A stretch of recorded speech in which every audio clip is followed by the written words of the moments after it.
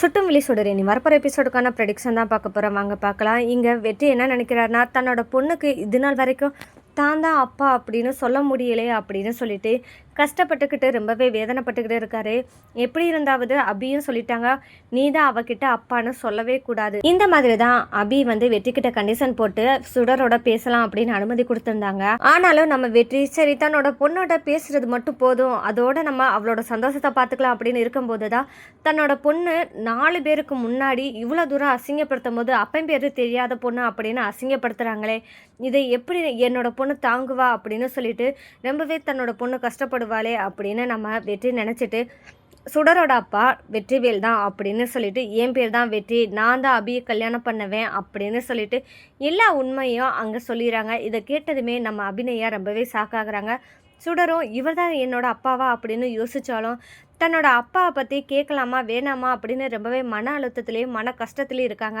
ஆனால் நம்ம சுடர் கொஞ்சம் கூட வாயை திறக்காமல் அபிநயாட்ட இருக்கிறத பார்த்ததுமே அபிநயாவும் ரொம்பவே பயப்பட ஆரம்பிச்சிட்டாங்க.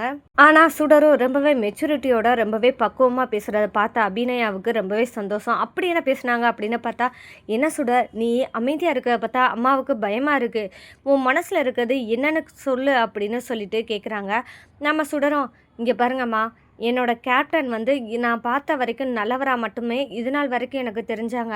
ஆனால் எனக்கு எப்போ அப்பான்னு சொல்லிட்டு அவர் தான் தெரிஞ்சதோ அதுலேருந்து எனக்கு கேப்டன்ற ஒரு எண்ணம் போய் அவர் தான் என்னோட அப்பா, இவ்வளோ கஷ்டப்படுறதுக்கு அவர் தான் காரணம் தெரிஞ்சதுக்கப்புறம் அவரை பற்றி எனக்கு கேட்கவே தோணலாமா, அப்படியே கேட்டாலும் நீங்கள் ரொம்பவே கஷ்டப்படுவீங்க அப்படின்னு சொல்லிட்டாமா நான் கேட்கல அப்படின்னு நம்ம சுட சொன்ன பதிலை கேட்டதுமே நம்ம அபிநயா என்னோட பொண்ணு இவ்வளோ தூரத்துக்கு பக்குவமாக யோசிக்கிறாளே அப்படின்னு சொல்லிட்டு வாரி அணைச்சிக்கிறாங்க. இங்கே ஒரு பக்கம் என்னடானா தன்னோட பொண்ணுக்கிட்ட தான் தான் அப்பான்னு சொல்லிட்டு நம்ம சொல்லிட்டோமே, தன்னோட பொண்ணு இனி எப்படி இருந்தாலும் பரவாயில்ல அவகிட்ட பேசி சம்மதம் வாங்கி இனிமேல் அவளோட அப்பான்ற உரிமையோட பழகுவேனே அப்படின்னு சொல்லிட்டு ரொம்பவே சந்தோஷப்படுறாங்க. அதே இடத்துல நம்ம வெற்றி ஒரு முட்டாள்தனமான வேலை தான் பார்க்குறாரு. நான் எப்படியாவது கர்ணா கிட்ட சுடர் என்னோட பொண்ணுன்னு சொல்ல போகிறேன் அப்படின்னு சொல்ல அங்கே புலிக்குட்டி என்ன சொல்கிறேன்னா, இங்கே பாடா வெற்றி என்ன சொல்லியிருக்காங்க அபி, கொஞ்சமாவது யோசிச்சு பேசுறியா, உங்ககிட்டயே அபி என்ன சொல்லியிருந்தாங்க, நீ தான் அப்பான்னு சொல்லிட்டு சுடருக்கு கண்டிப்பாக தெரியக்கூடாது. அது மட்டும் இல்லாமல் உன்னோட ஃப்ரெண்டு கர்ணாவுக்கும் தெரிஞ்சிச்சுன்னா அடுத்த செகண்டே நான் இந்த ஊரை விட்டு என் பொண்ணை கூட்டிகிட்டு போயிடுவேன், அதுவும் உனக்கும் தெரியாது அப்படின்னு சொல்லிட்டு ஏற்கனவே சொல்லியிருந்தாங்களே, மறந்துட்டியா வெற்றி? அது மட்டும் இல்லாமல் உங்ககிட்ட அவ்வளோ தூரம் கேட்டு ப்ராமிஸும் நீ பண்ணியிருந்தா நான் தான் அப்பான்னு சொல்லி சுடர்கிட்ட சொல்ல மாட்டேன்னு சொல்லியிருந்தா. ஆனால் நீ அந்த ப்ராமிஸையும் மீறிட்ட. இப்போ இதுக்கப்புறமும் அந்த ப்ராமிஸை காப்பாற்றணும்னா நீ கர்ணா கிட்ட சுடரை பற்றின உண்மையை சொல்லாமல் இருக்கிறதுல தான் இருக்குது. இல்லைன்னா அபி சுடரை கூட்டிகிட்டு எங்கேயாவது போயிடுவாங்க. கொஞ்சமாவது யோசிச்சு பேசுடா அப்படின்னு சொல்லும்போது தான், ஏண்டா புலி இவ இப்படி இருக்கா, நான் கர்ணா கிட்ட சொல்கிறதுனால இவளுக்கு என்னதான் இருக்க போதுன்னு தெரியல, கர்ணா அப்படியெல்லாம் இருக்க மாட்டா அப்படின்னு சொல்லிட்டு வெற்றிக்கு ரொம்பவே நம்பிக்கையாக இருக்குது. இந்த நம்பிக்கையும் உடைய போகிற தருணம் இப்போ சீக்கிரம் வரப்போகுதுன்னே சொல்லலாம். இப்போ தான் வெற்றிக்கு கொஞ்சம் கொஞ்சமாக உண்மையும் தெரிய வரப்போகுது. அப்படி என்ன நடக்க போகுது அப்படின்றத வாங்க இனி வரப்போகிற எபிசோடுக்கான ப்ரெடிக்ஷனாக பார்க்கலாம். பரவாயில்லையே, நம்ம சண்முகம் கொஞ்சம் கொஞ்சமாக வெற்றியை புரிஞ்சுக்கிற ஆரம்பிச்சிட்டாரு. என்ன போய் சொல்கிறான்னா, இங்கே பர்மா அபிமா என்னதான் இருந்தாலும் 4 பேருக்கு முன்னாடி ஒன்றா அவ்வளோ தூரம் அசிங்கப்படுத்தும் போது ஒரு கூட பிறந்த அண்ணன் ஆயிருந்து என்னால் எதுவுமே பேச முடியல, ஏன்னா நீயே மௌனம் காமிக்கிறியே அப்படின்னு நினச்சிக்கிட்டு இருந்தேன். ஆனால் அந்த பிஞ்சு மனசு எவ்வளோ தூரத்துக்கு கஷ்டப்பட்டிருக்கோம், அப்பா இல்லாத பொண்ணு அப்படின்னு சொல்லிட்டு இத்தனை பேரும் முன்னாடி கேட்குறாங்களே அப்படின்னு சொல்லிட்டு சுடர் எவ்வளோ கஷ்டப்பட்டிருப்பா. அதை பார்க்க மாட்டாமல் அதை பொறுத்துக்கிற மாட்டாமல் தானே வெற்றி நான் தான் அப்பான்ற உண்மையை சொன்னதில் தப்பே கிடையாது அப்படின்னு சொல்லிட்டு சண்முகம் சொன்னதை கேட்டோம் நம்ம அபிநயா இல்லை வெற்றி பண்ணது தப்பு தான் அப்படின்ற உறுதியோடு இருக்காங்க. இருந்தாலும் அபிநயா ஒன்று நினைக்கிறாங்க, வெற்றி எப்படி இருந்தாவது கர்ணா கிட்ட தன்னோட பொண்ணை பற்றி சொல்லக்கூடாது அப்படின்னு யோசிச்சு வெற்றியை பார்க்கணும் அப்படின்னு சொல்லிட்டு டைரெக்டாக வெற்றியை பார்க்கறதுக்காக நம்ம அபிநயா போகிறாங்க. அபிநயாவும் வெற்றி கிட்ட, இங்கே பாரு வெற்றி, நீ ஏற்கனவே எனக்கிட்ட பண்ணி கொடுத்த சத்தியத்தை நீ மீறிட்ட, இருந்தாலும் பரவாயில்ல அப்படின்னு நான் விட்டுறேன். ஆனால் என் பொண்ணை பற்றின ஒரு விஷயத்த கூட நீ கர்ணா கிட்ட நீ சொல்லவே கூடாது அப்படின்னு சொல்கிறாங்க. நீ சொன்னேன்னா நானும் என்னோட பொண்ணு இந்த ஊரை விட்டு போயிடுவோம் அப்படின்னு சொல்லிட்டு திரும்பவும் நம்ம வெற்றிக்கிட்ட ப்ராமிஸ் கேட்டு வாங்குறாங்க. நம்ம அபிநயாவும் ப்ராமிஸ் வாங்கிட்டு கிளம்பி போயிடறாங்க. தருணும் சுடரும் ஸ்கூலுக்கு கிளம்புறாங்க. தன்னோட பொண்ணை பார்க்கணுமே அப்படின்றதுக்காக தன்னோட பொண்ணு பேசுவாளோ மாட்டாளோ அப்படின்னு நினச்சிக்கிட்டே வெற்றி அங்கே சுடருக்காக கற்றுட்டு இருக்காரு. அப்போ தான் சுடர் அப்படின்னு சொல்லி பேசினாலும் நம்ம சுடர் கொஞ்சம் கூட திரும்பி பார்க்காத மாதிரி நேராக ஸ்கூலுக்கு போகலாம் அப்படின்னு சொல்லிட்டு கிளம்பி போகும்போது தான் நம்ம வெற்றி சுடர் நில்லு சுடர் அப்படின்னு சொல்லிட்டு தன்னோட நிலைமையை புரிய வைக்கிறதுக்காக பார்க்குறாரு. ஆனால் நம்ம சுடர் இங்கே பாருங்க, எதா இருந்தாலும் இனிமேல் கொண்டு உங்களுக்கும் எனக்கும் எந்த பேச்சும் கிடையாது. ஏன் அம்மா இவ்வளோ தூரம் கஷ்டப்படுறதுக்கான காரணமே நீங்கன்னு தெரிஞ்சதுக்கப்புறம் நான் உங்கள்கிட்ட எப்படி பேசுவேன், என்னால் பேச முடியாது அப்படின்னு சொல்லிட்டு நம்ம சுடரும் கிளம்பி போகிறாங்க. இதை பார்த்து நம்ம வெற்றி ரொம்பவே சங்கடப்பட்டு நிற்கிறாரு. இந்த மாதிரி நேரத்தில் தான் மாணிக்கமும் அந்த சைடு வர்றாரு. மாணிக்கம் என்ன நினைக்கிறான்னா, சே அந்த அடாப்சி ரிப்போர்ட்டு இப்போ நம்ம கையில் இருந்துச்சுன்னா கண்ணாவோட குடும்பியே நம்ம கையில் இருக்கும். இப்போ அந்த அடாப்சி ரிப்போர்ட்டையும் நம்ம மிஸ் பண்ணிவிட்டு நம்ம படாத பாடுபடுறோமே, என்ன பண்ணுறது அப்படின்னு யோசிச்சுக்கிட்டு நிற்கிறாரு. அந்த நேரம் பார்த்து தான் நம்ம சுடரோட பேக்கில் தான் வச்சுருக்கோன்னு சொல்லிட்டு நம்ம மாணிக்கத்துக்கு தெரிய போகுது. அப்போ தான் மாணிக்கம் யோசிக்கிறாரு, நம்ம அன்னைக்கு அடாப்சி ரிப்போர்ட்டு எந்த பேக்கில் வச்சோன்னு சொல்லிட்டு யோசிச்சு பார்த்தா இந்த பேக் மாதிரி தானே எனக்கு தோணுது.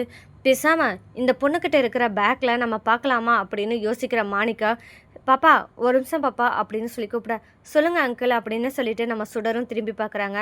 இல்லை பாப்பா, உன்னோட பேக் எனக்கு கொடுக்குறியா? என்னோட பேக்கா? எதுக்கு அங்கிள் அப்படின்னு சொல்லி கேட்குறாங்க. ஆனால் நம்ம சுடருக்கு மாணிக்கத்தை நல்லாவே தெரியும். இருந்தாலும் மாணிக்கத்தோட எண்ணங்கள் என்ன இருக்குது, எப்படியாவது மாணிக்கத்தை நம்ம அப்பா கிட்ட நம்ம பிடிச்சி கொடுத்தோம்னா கண்டிப்பாக உண்மையை தெரிஞ்சுக்கிறதுக்கான வாய்ப்பு கிடைக்கும் அப்படின்னு சொல்லிட்டு நம்ம சுடரும் பேச்சு கொடுக்குறாங்க. ஆமாம் அங்கிள், நீங்கள் எதுக்கு என்னோட பேக்கை கேட்குறீங்க அப்படின்னு சொல்லிட்டு சுடர் கேட்க, அப்போ மாணிக்கம், இந்த பொண்ணுக்கிட்ட நம்ம எப்படி உண்மையை சொல்கிறது? இல்லை பாப்பா, உன்ன மாதிரியே என் வீட்லேயும் ஒரு பொண்ணு இருக்கா. அந்த பொண்ணுக்கு இந்த மாதிரி பேக் தான் வேணும்னு சொல்லி கேட்டிருந்தா. ஆனால் நான் கடைக்கு போய் பார்த்ததில் எனக்கு அந்த பேக்கோட நினைப்பே வரல. இப்போ உன்னோட பேக்கை பார்க்கவும் தான் என்னோட பொண்ணு இதைத்தான் கேட்டான்னு எனக்கு தோணுச்சு.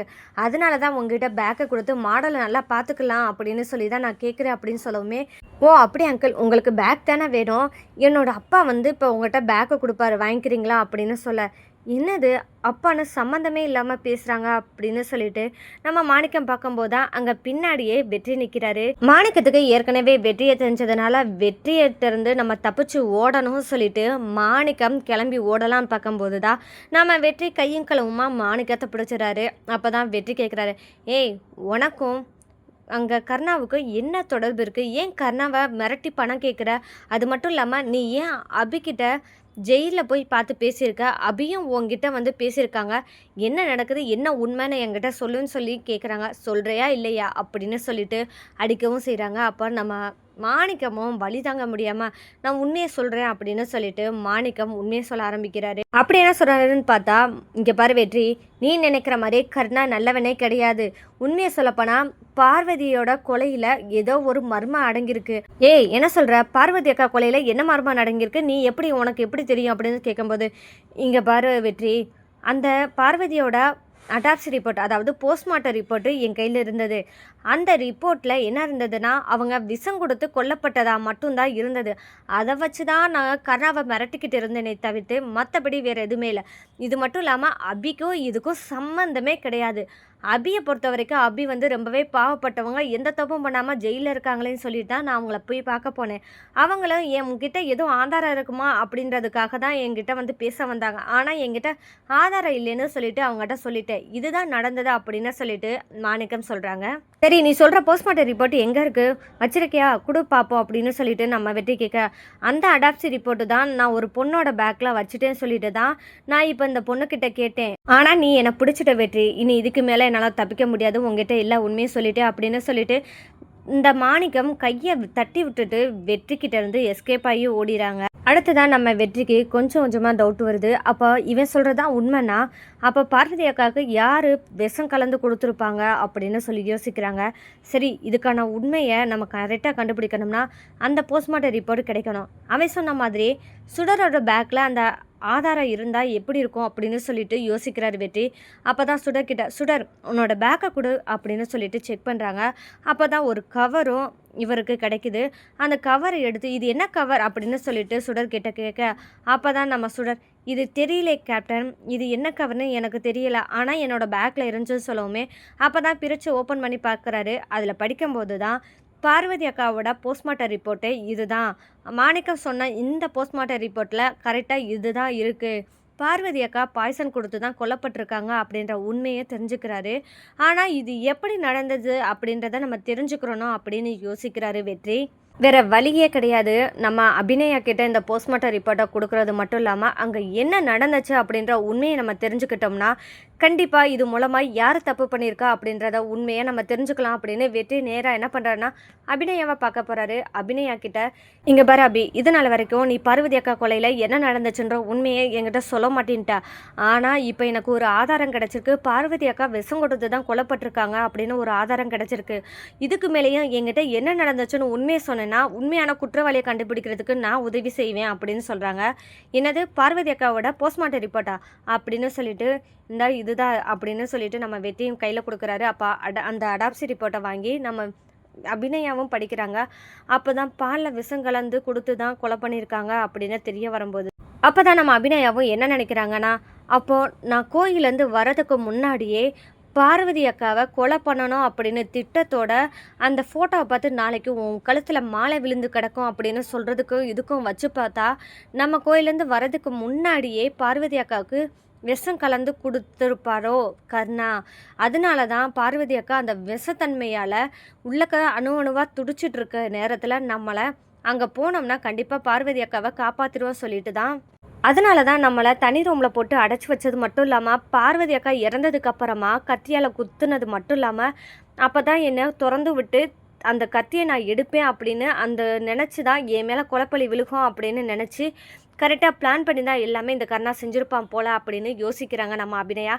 சரி, இதுக்கு மேலே வெற்றிக்கிட்ட உண்மையை சொல்லி தான் ஆகணும் அப்படின்னு சொல்லிட்டு நம்ம அபிநயா என்ன யோசிக்கிறாங்கன்னா, வெற்றி நினச்சா இந்த போஸ்ட்மார்ட்டம் ரிப்போர்ட்டை கொண்டு போய் கர்ணாவிட்ட கொடுத்துருக்கலாமே, எதுக்கு நம்மக்கிட்ட வந்து கொடுத்து உண்மையை கேட்கணும்? அப்போ கண்டிப்பாக வெற்றி நம்ம ஜெயிலேருந்து வெளியே வர்றதுக்கு உதவி செய்கிறதுக்கு தான் பார்க்குறோம் போல் அப்படின்னு சொல்லிட்டு வெற்றியை நம்ப ஆரம்பிக்க போகிறாங்க அபிநயா. அதனால் அங்கே நடந்த உண்மையும் வெற்றிக்கிட்ட சொல்லவும் வெற்றிக்கு இனி டவுட் வரப்போகுது.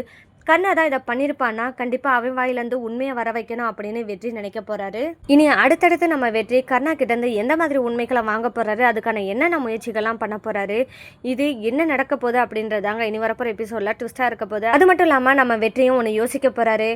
இங்கே அபிநயா தப்பு பண்ணலை அப்படின்றத நம்ம நிரூபிச்சிட்டோம்னா கண்டிப்பாக நம்மளை சுடர் மன்னிக்கிறதுக்கான வாய்ப்பு இருக்கும். நம்மளை எப்படி இருந்தாலும் சுடர் அப்பாவா ஏற்றுப்பா அப்படின்னு சொல்லிட்டு நம்ம வெற்றி நினைக்க போகிறாரு. கண்டிப்பாக வெற்றி அபிநயாவை ஜெயிலேருந்து வெளியே கொண்டு வரதுக்கு உதவி செஞ்சால் நம்ம சுடர் கண்டிப்பாக வெற்றியை அப்பாவா ஏற்றுக்குப்பாங்க அப்படின்னு நீங்களாக நினைக்கிறீங்கன்னா மறக்காமல் இந்த வீடியோக்கு லைக் பண்ணி தருவீங்க. இனி வரப்போகிற அடுத்தடுத்த சுவாரஸ்யங்களை நீங்கள் தெரிஞ்சுக்கணும்னா மறக்காமல் நம்ம சேனலை சப்போர்ட் பண்ணி ஆதரவு தருவீங்க. மீண்டும் சந்திப்போம்.